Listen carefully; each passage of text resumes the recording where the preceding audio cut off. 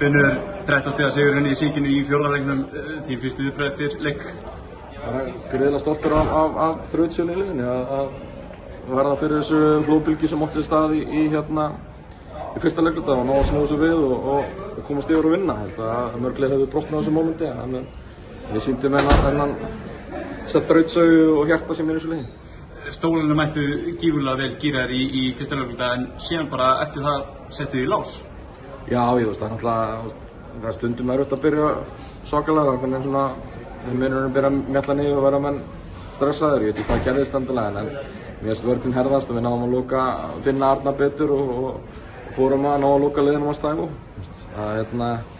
Við heldum áfram, við mistum aldrei hausinn og bara, skildi ekki máli hvað gerðist, við komum bara eins og við erum búin að gera allan veitur, við erum undir einhverjum seríum og allt þetta og mér finnst bara þetta leiði að skilja nótaleik sem er að fá. Þetta er búið að vera mögnuð sería hingað til og þetta er að fara í óttaleik. Bæði lið búin að vinna útivelli og ég ætla svona að gefa mér það að þið ætlum nú að reyna að eyðileggja það núna í óttaleiknum. Já, ég bara tvö frábæra lið og það er ekkert, þetta er eitt leikur, bæði liðin eru búin að gera allt sem þeir gera til að eiga skilja að vinna titil og bara það lið sem verður betra í næsta leik vinnur titilinn, það er ekkert flóknar á það, þannig að maður er bara frumjúkurinn í þetta og bara, já, þetta er bara heimavöllur, útivöllur skiptir ekki neina máli þessu tímapunkti, þetta er bara leikur með 10 leikmönnum og 1 bolta á 3 dómara.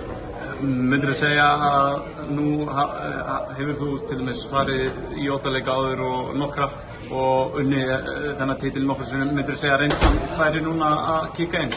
Nei, það mun ekki snúast neitt þannig. Það mun snúast að eitthvað sem er á gólfinu hverju sinni, það mun snúast að setja skotið sín og taka frákvæmst og spila vörðinu sama sem er búið að snúast í allan vetur. Það er ætlum að fara að reyna að finna eitthvað, búa til eitthvað annað, halda maður síðan með eitthvað advantage út á einhverju, þá verður maður út á stað. Þannig að þetta bara verður 50-50 körfubolti og það lið sem vinnur er betra liðið og það skilja að vinna.